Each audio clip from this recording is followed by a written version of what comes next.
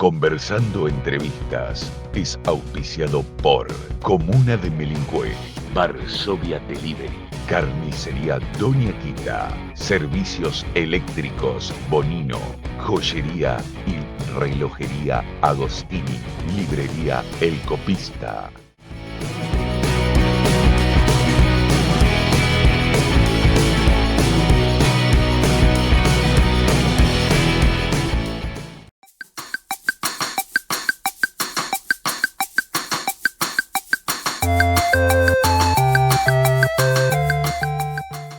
Bienvenidos a este segmento de entrevista que se llama Conversando. En este caso estamos conversando con Fernando Signorini.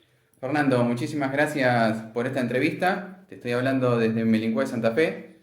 Y para ir comenzando, estaba repasando algunas de tus notas y contabas de tus comienzos, de cuando llegaste a estudiar. Había arrancado todo en una charla en un café de Lincoln, ¿puede ser?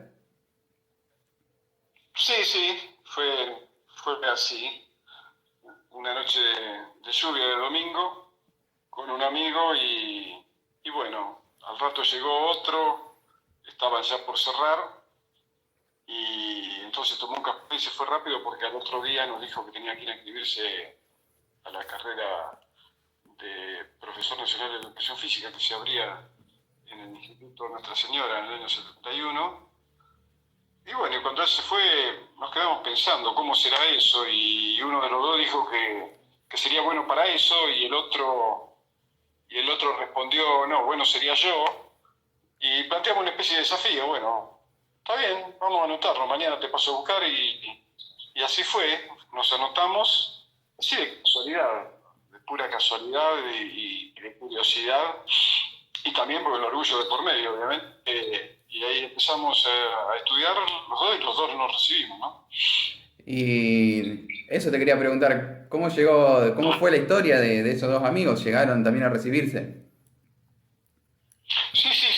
De hecho, bueno, ellos después se dedicaron, digamos, a ser profesores de educación física en escuelas, y yo en cambio siempre tuve claro que iba a ser entrenador.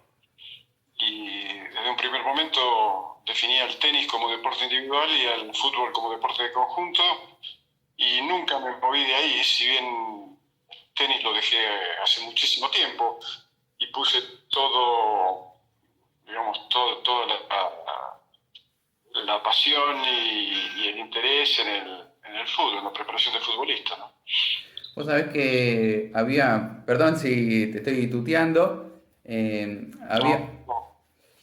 había muchos profes que les comenté de la nota y bueno, están muy contentos de qué íbamos a hacer y me decían, preguntale, digamos, en qué miraba, cuál era su espejo cuando estabas comenzando, qué preparador físico te gustaba.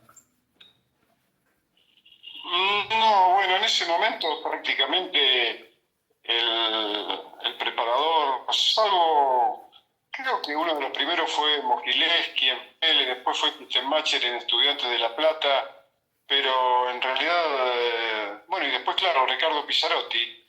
Yo después tuve la posibilidad de conocerlo en un curso que se hizo en Ferro en el año principio del 83, creo que fue, o finales del 82, y ahí pude conocerlo a Ricardo, que había sido preparador de la selección en el 78 y en el 82 junto a César Menotti, y también estuvo después con Daniel Pasarela, el recordado profe fallecido ya hace bastante tiempo, ¿no? Hay un profe, Manuel Fernández, que me dice, él siempre dijo que no es un preparador físico, sino un preparador de futbolista. ¿A qué te referís puntualmente? Y que el término preparador físico se utilizó desde los primeros tiempos para el entrenamiento de atletas. Desde ahí salieron todos los métodos. No había directamente métodos para entrenar futbolistas específicos que nacieran del fútbol. Así que bueno, se copió y se pegó y se le llama hoy todavía preparador físico. Yo creo que de pensar como Guardiola, como Menotti, como Mitchell, como Mourinho, como tantos otros, que nosotros decimos que la preparación, hablar de preparación física en el fútbol, primero que es reduccionista, ¿no? Porque te repito, la preparación física es para un atleta, hay que preparar el músculo, pero el atleta no tiene el sistema cognitivo implicado absolutamente en nada, más allá de correr lo más rápidamente posible. En cambio, para preparar a un futbolista es una tarea demasiado compleja, porque no solamente hay que preparar el músculo, hay que preparar también o desarrollar la estrategia y las habilidades de la táctica para jugar a favor de la eficacia, y también la parte mental, porque el fútbol en eso tiene una carga emotiva que no tiene ninguna de las pruebas atléticas. No hay pasión por un velocista, no hay pasión hay admiración a lo mejor por algún atleta, pero cuando se disputa una Olimpiada, ninguno está ahí, va con bandera y grita como loco a favor de Usain Bolt o de cualquiera de sus rivales, ni de la maratón, ni del saltador en alto. No tiene absolutamente nada que ver el fútbol con el atletismo, pero sin embargo todavía y extrañamente, curiosamente, se siguen utilizando métodos derivados del atletismo para la preparación de futbolistas. El mismo Mourinho dice en su libro Mourinho, ¿por qué tanta victoria?, que no tendría trabajo para darle a un preparador físico convencional, porque el problema del fútbol no reside en eso. Si el jugador no sabe jugar, si no está adaptado a la forma o a la idea de juego del equipo, por más que corra, no va a lograr absolutamente nada. Pero esas ideas persisten, son arcaicas. Pero bueno, uno también es producto de lo que estudió. Yo también, en mis primeros años como preparador, hacía exactamente eso porque era lo que me habían enseñado y porque no había otra cosa. Y porque había libros que te llevaban también a la confusión, como ese famoso de Carlos Álvarez del Villar, un entrenador español, cuyo título era La preparación física del fútbol basada en el atletismo. Y eso intoxicó a todo el ambiente, que estaba intoxicado, además. Y extrañamente, 30 años después, Álvarez del Villar, en una decisión que lo honra, pidió perdón por el libro que él había escrito y que había inducido al error a tanto preparador, pero después de a poco, con hombres que empezaron a pensar el fútbol desde otro lugar y eran fundamentalmente futbolistas, todo eso se fue revirtiendo, porque en esos momentos los libros te hablaban mucho de fisiología, mucho de biomecánica, por tipos que sabían mucho de biomecánica, sabían mucho de fisiología, pero no tenían ninguna historia en el fútbol, y de hecho pocos sabían de fútbol y pocos sabían de futbolistas. Así que me imagino que no te deben gustar los debates que se dan en la televisión a veces cuando reducen a que el jugador tiene que correr. Bueno, pero la televisión está llena de tipos que no tienen ni idea de lo que hablan. De hecho, Menotti en su libro Fútbol sin trampa dice que el 98% del periodismo deportivo no sabe nada de fútbol. Elba de Pado Lima, un famoso entrenador brasileño, dijo que Menotti dice eso porque es muy generoso, como queriendo decir, no, más que el 98, no sabe nada. Pero como todo se ha transformado en un ambiente, en una porquería de ambiente, lleno de frivolidad, de vulgarismo, de irrespetuosidad y de desconocimiento, es muy probable que, como yo no lo miro, no me entero, pero sí, es muy probable que lo sigan diciendo precisamente por eso, porque no saben nada.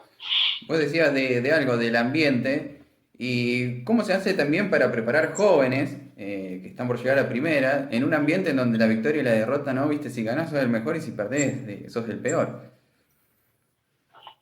Sí, bueno, por eso te digo, ahí está dando otro de los argumentos que uno tiene que utilizar y se tiene que preparar para ello, para tratar de formar al chico en esa condición. A un atleta no le haría falta, no le hace falta, ¿no? Pero al futbolista sí, porque es una construcción cultural de las clases populares que está mucho más ligado a lo artístico que a lo científico, pero que además hoy presenta en la sociedad un hecho muy importante, desgraciadamente muy importante, más para deformar que para formar al jugador a través de conceptos absolutamente erróneos, que son mezquinos, que son perversos también, como eso de decir que hay que ganar de cualquier manera, que el segundo no lo conoce nadie. Bueno, todo ese tipo de estupideces ha llevado a que hoy los chicos tengan que enfrentar este fantástico elemento para hacer feliz, como decía Menotti, con tensiones que le limitan sus posibilidades, le limitan su creatividad, porque lo primero que se les transmite es el miedo, ¿no? La sociedad mundial hoy está construida sobre el miedo, porque los que mandan quieren que uno tenga miedo, miedo a perder el trabajo, miedo a la imagen, miedo a la inseguridad, miedo a todo. Y cuando el jugador sale a jugar, cuando vos o cualquiera, cuando éramos chicos, íbamos a jugar, íbamos con una sonrisa y nos íbamos a divertir. Lo importante era jugar. El resultado, sí, era importante, pero no era determinante, porque de hecho, antes era muy común que ganaba 5-0, pero te habían metido un caño. Eso era un motivo que te preocupaba, porque exponía también, no podías festejar el triunfo porque te ponía a las cargadas de lo demás que te decía, ¿qué me importa? Ganaste, pero te metí un caño y eso te dolía más que el hecho de yo a veces prefería perder y no pasar vergüenza. Pero bueno, todo ha cambiado, los hábitos también. Y desgraciadamente estamos en una lucha que es dura para revertir esto y para que el fútbol vuelva a recuperar todos aquellos valores que fueron su esencia, ¿no? Nació como una fantástica idea para interrelacionarse, para tratar de que el hombre que practica deportes sea mejor mañana que hoy, para que se eduque. Sin embargo, todos esos valores, a partir de, como dijo Menotti, de que la pelota saltó de los campos a los escritorios, se pudrió todo, como se dice habitualmente, y hoy interesa muchísimo más el negocio, la frivolidad, la perversión, que todo lo demás. Hoy, como decía anteriormente, es un argumento para deformar, para estupidizar a las masas, para manipularlas a su antojo, porque mientras se juega el partido de fútbol uno se olvida de las cosas muy preocupantes que le pasan a la sociedad. En esa lucha estamos de recuperar los valores perdidos, por eso yo digo que el futuro del fútbol argentino es similar al de la sociedad argentina. El futuro es el pasado. Si no recuperamos ese pasado que nos hizo admirados, que nos hizo envidiados y hasta imitados, no solo en América, sino también en algunos países más lejanos del mundo, si no pasa eso estamos perdidos, ¿no? Entonces me imagino que es lindo, pero a la vez es una sensación de mezcla encontrada la designación de Menotti, porque si bien está bien, pero tendría que haber sido mucho antes. Sí, a veces se dice más vale tarde que nunca, pero si esto hubiera ocurrido hace, qué sé yo, 25 o 30 años y también los puestos de decisión de la AFA hubieran estado ocupados por jugadores de fútbol o por ex jugadores de fútbol, a mí no me cabe duda de que la cosa, a pacto de que ellos también tuvieran compromiso con el deporte y con sus colegas, este presente sería distinto y mucho mejor, no me cabe ninguna duda. Tengo aquí otra pregunta de otro profe, en este caso se llama Pablo, y me decía que fuiste pasando por diferentes generaciones de futbolistas, de trabajos. ¿Cómo se hace para mantenerse actualizado? Me imagino que fuiste cambiando constantemente tus tipos de trabajos. Sí, bueno, como todo forma parte de la evolución, ¿no? Uno no puede quedarse con lo de hace muchos años. Todo va evolucionando, pero yo voy evolucionando siempre o tratando de avanzar y de afirmar mis convicciones, pero el tronco es siempre el mismo. Después hay ramas que salen para un lado y para otro, pero siempre respetando la especificidad del fútbol y también lo que yo valoro como más importante, que, como te decía anteriormente, Y te quería preguntar ahora de respecto ayuda a... a los mismos padres, ¿no?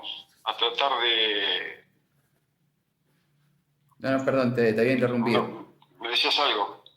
No, no, te iba a hacer una pregunta, pero se No, había ayudar a los cortado. profesores. ayudar a los padres y a los profesores a ayudar a que el niño se transforme en el mejor individuo posible para una sociedad que lo espera, que lo necesita, que lo reclama, porque tampoco cuando el chico empieza a jugar no hay ninguna garantía que llegue a ser un gran jugador de fútbol, no tiene tampoco ninguna obligación. Eso es casi un milagro, que uno sea un muy buen jugador de fútbol, pero al menos preparar a la persona para que no sigamos asistiendo a este circo romano, a donde el poder le llena a los chicos, a los mejores, los bolsillos de dinero, pero les vacía el corazón y el cerebro, para que no sientan el compromiso que tienen, también con su clase social, porque la mayoría salen de lugares muy humildes, y para que no piensen la responsabilidad que en ese sentido les tendría que caber, ¿no? Y de este ambiente que hablas, ¿hay algún jugador que te guste, que te hubiese gustado prepararlo, que consideras que el ambiente lo contaminó, lo perjudicó? Sí, últimamente creo que me hubiera gustado estar en un equipo con Ricardo Centurión. Creo que también es otra de las víctimas de esta perversidad del sistema, porque son chicos que salen, como decía anteriormente, de condiciones sociales muy precarias. Cuando están ahí, les pasa lo que le pasó a Diego. Cuando Diego estaba en Fiorito, no hubo ningún presidente que se acercara a golpearle la casa a Tota y a don Diego, porque ni siquiera tenían timbre, ¿no? Ni fue tampoco ningún papa para invitarlo al Vaticano. Ahora después, si estos chicos llegan a los primeros planos y ya esto de la moda mediática lo lleva a los medios de difusión, bueno, eso hace que se cometa hasta esa cosa de mal gusto, como cuando pasó en el 86, cuando volvimos de México con la Copa, de terminar el plantel en el balcón de la Casa de Gobierno, cuando el lugar natural de un jugador de fútbol es un campo de fútbol, o en todo caso la casa madre, que es la AFA.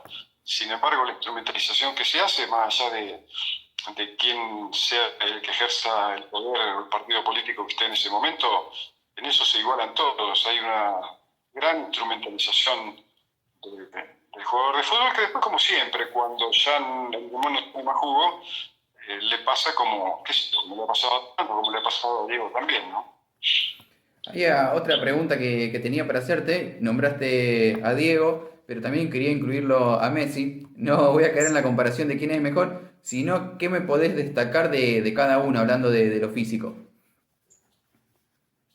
No, bueno, que son dos animales de fútbol, son dos chicos que son dos milagros de la genética. También el mejor resumen genético del fútbol argentino, que no nacieron para ser explicados, nacieron para ser admirados, nacieron para que te asombren, para que te hayan pegado a la televisión, porque son artistas que juegan al fútbol. Por lo demás, son, desde el punto de vista físico y de sus habilidades deportivas, son muy similares. Los diferencia el carácter, ¿no? En ese sentido, Diego tiene varios cuerpos de ventaja porque él nació en otras condiciones sociales, la tuvo que pelear desde muy chico, supo todo lo que de perverso hacía el poder y sigue haciendo sobre ese tipo de chicos que nacen en la Villa Miseria, muchos de los cuales ni siquiera tienen la posibilidad de comer. Es bastante complicado y en ese sentido no se ha avanzado absolutamente en nada, ¿no? Y ahí, hablando un poco de Messi, bueno, algo que siempre se lo critica es justamente por su personalidad. ¿Crees que injusto a veces? Te he leído en algunas notas y parece que como que sea un problema a veces Messi para Argentina, aunque no lo sea, obviamente. Bueno, pero por eso también yo también he dicho en reiteradas oportunidades que eso también explica por qué Argentina, o mejor Buenos Aires, es la ciudad con más cantidad de psicólogos por cantidad de habitantes, porque discutir a Messi es que estamos todos locos y necesitamos terapia. Es un jugador maravilloso, está sindicado entre los 5 mejores de la historia total del fútbol, pero acá lo critica tipos que no sé a dónde ni qué fue lo que ganaron en todo caso, porque si tanta perfección le reclaman a Messi, bueno, si se lo reclamaran para ellos mismos en cada acto de su vida, seguramente este sería un país mucho mejor y no estaríamos pasando por la que estamos pasando, pero Es un poco, eso tiene que ver también con la idiosincrasia de una parte de la sociedad argentina que es frívola, es vulgar, es irrespetuosa y es profundamente ignorante de lo mismo que quiere saber. Hay una pregunta que me había pasado otro preparador físico. Estuve hablando con varios de mi localidad, que bueno, es Francisco, y me dijo, pregúntale cuál es la diferencia de los profesionales, los jugadores que ya son grandes, se nota la diferencia con un jugador amateur, pero en un jugador infantil, ¿cuál es la principal diferencia que puede tener con un jugador de infantiles pero amateur, de profesional hablando?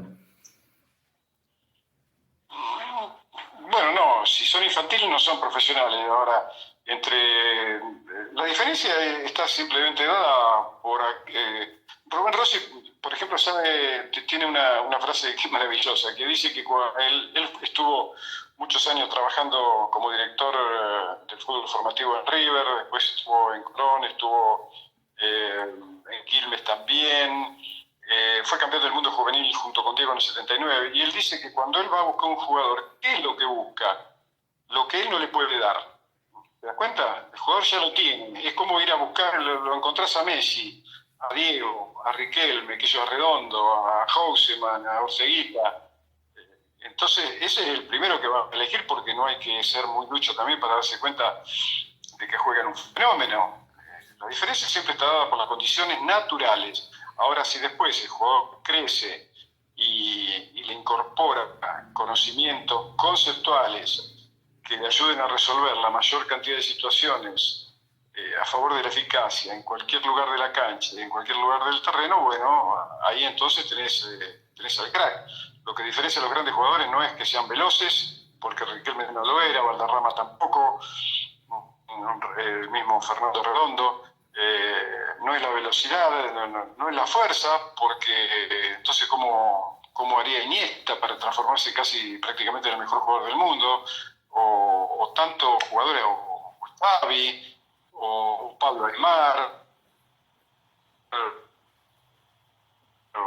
Tampoco es saltar mucho, porque Sotomayor, que salta 2.45, el cubano no podría cabecear en ninguna de las áreas, y sin embargo hay jugadores de 1,70 m que son extraordinarios, porque en fútbol lo ideal no es correr mucho, sino saber correr, no es saltar mucho, sino saber saltar, ganar el espacio, amagar a un lado y ir al otro. Los jugadores que dominan esos tres grandes atributos de los cracks, tiempo, espacio y engaño, son los mejores, y eso lo demuestran desde muy chiquititos. Si uno va a ver pibes de 8 o 9 años, te das cuenta perfectamente quién, después que llegue o no, es otra cosa, porque también en el camino pasan tantas, qué sé yo, tantos problemas tienen que enfrentar que a lo mejor no llegan. Pero, no sé, ahí está la historia del Trince Karlovic, que hace poco falleció, ¿no? Un jugador extraordinario y que, sin embargo, y hay así en todos los pueblos, en todas las ligas, los viejos comentan, fulano ese sí que jugaba. Bueno, pero también en ese momento jugaban 8, 9, 10 horas por día y en perfecta libertad, y tenían posibilidad de sacar toda su creatividad. Nadie los limitaba en eso, y hoy es cambiado. Hoy el chico, en vez de estar 8 horas jugando, está 8 horas con el celular. Y no digo que esté bien ni mal, es distinto. Por eso lo que vimos no lo vamos a ver más. Y eso es una sentencia que también dice el maestro Pedernera, hablando con Menotti, de que lo que veo ya lo vi, lo que vi no lo voy a ver más. Por ahí va a aparecer alguno, como siempre, pero el juego y los jugadores que había antes, hoy no, para nada. Te repito, no es lo mismo si estudias piano estar 8 horas sobre el teclado, y más si tenés condiciones, que otro que a lo mejor tiene condiciones, pero está 1 hora por día. Hay una diferencia abismal, ¿no?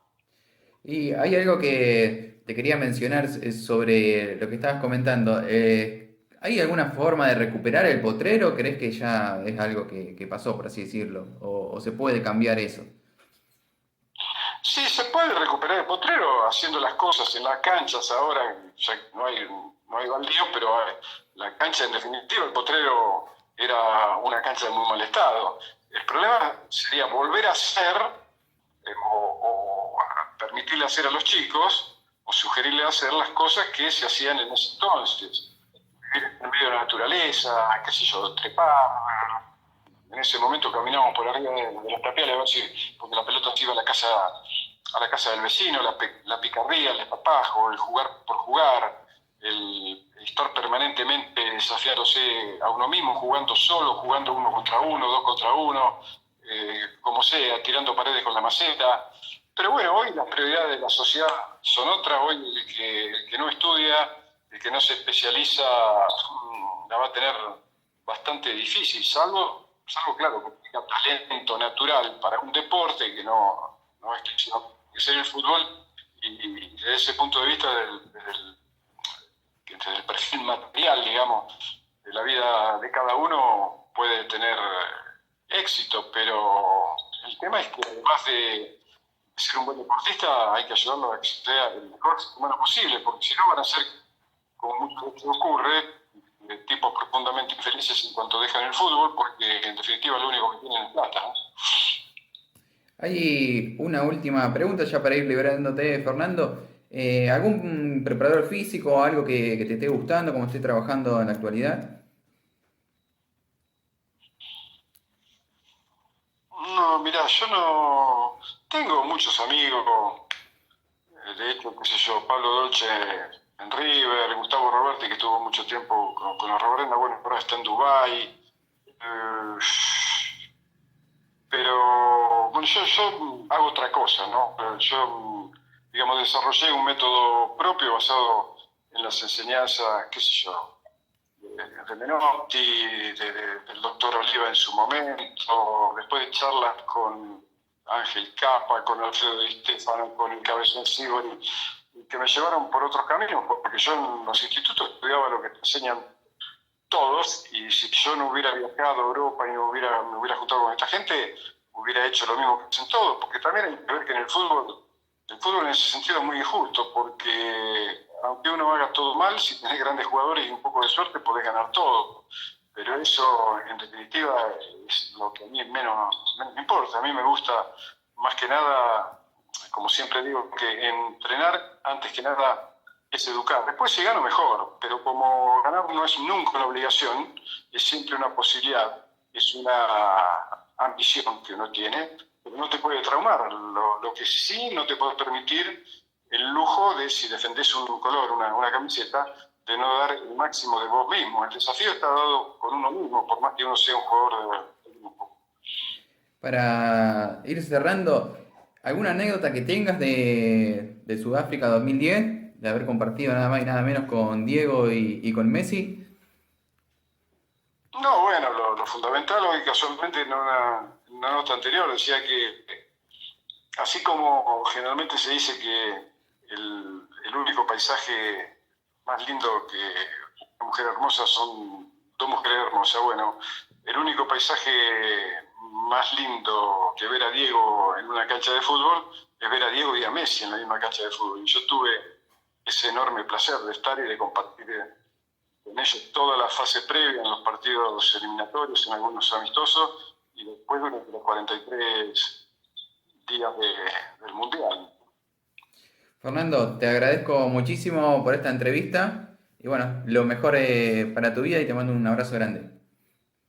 Bueno, también a ustedes, cuídense mucho, mucha suerte. Hasta pronto. Hasta luego. Chao, chao. Conversando con Jorge Raca, mi nombre es Jorge Raca.